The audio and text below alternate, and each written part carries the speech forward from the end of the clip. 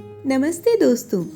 आज की वीडियो में लेकर आई हूँ एक खूबसूरत सी कहानी, शिकंजी का स्वाद। अब शिकंजी का स्वाद तो आप सभी ने लिया होगा, लेकिन शिकंजी पर कहानी आप पहली बार सुन रहे होंगे। तो हुआ यूं कि एक प्रोफेसर साहब क्लास ले रहे थे।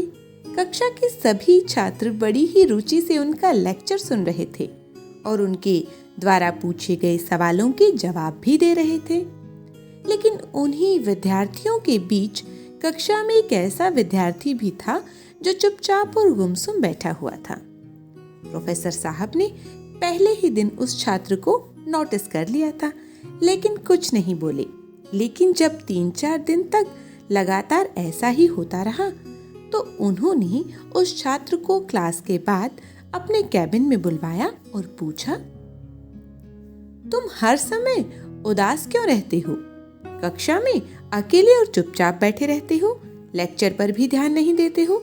कुछ परेशानी है क्या? सर वो छात्र कुछ हिचकिचाते हुए बोला, सर मेरे अतीत में कुछ ऐसा हुआ है जिसकी वजह से मैं बहुत परेशान रहता हूँ। समझ ही नहीं आता कि क्या करूँ और क्या नहीं। प्रोफेसर साहब भले व्यक्ति थे। उन्होंने उस छात्र को शाम को अपने घर पर बुलवाया। शाम होने पर जब वो विद्यार्थी प्रोफेसर साहब के घर पहुंचा, तो अंदर बुलाकर उन्होंने उसे सोफे पर बैठा दिया और स्वयं किचन में चले गए। वहां जाकर वो शिकंजी बनाने लगे और उन्होंने जानबूझकर शिकंजी में नमक ज्यादा डाल दिया। फिर वो किचन से बाहर आए और शिकंजी का ग्लास छात्र को दे दिया और कहा, ये लो शिकंजी पियो। अब छात्र ने ग्लास हाथ में लेकर जैसे ही एक घूंट लिया, तो अधिक नमक के स्वाद के कारण उसका मुंह अजीब सा बन गया।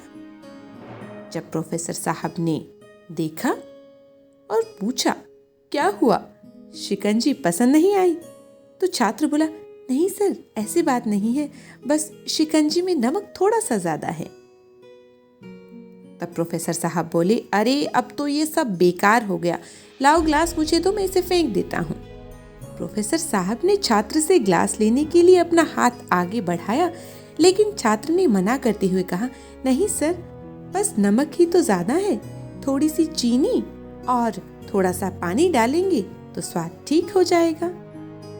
अब छात्र की ये बात सुनकर प्रोफेसर साहब गंभीर हो गए और बोले, हाँ बच्चे, बिल्कुल सही कहा तुमने। अब इस बात को तुम भी समझ जाओ। ये शिकंजी बिल्कुल तुम्हारी जिंदगी की तरह है। इसमें घुला अधिक नमक तुम्हारे अतीत के कुछ बुरे अनुभव हैं। जैसे नमक को शिकंजी से बाहर नहीं निकाल सकते, वैसे ही उन बुरे अनुभवों को भी जीवन से अलग नहीं कर सकते। बुरे अनुभव भी जीवन का ही हिस्सा हैं। लेकिन जिस तरह हम चीनी और पानी घोलकर शिकंजी का स्वाद बदल सकते हैं, वैसे ही बुरे अनुभवों को भूलने के लिए जीवन में मिठास तो घोलनी ही पड़ेगी।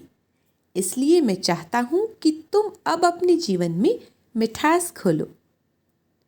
छात्र प्रोफेसर साहब की बात समझ गया था और अब उसने निश्चय कर लिया था कि वो बीती बातों से बिल्कुल भी परेशान नहीं होगा।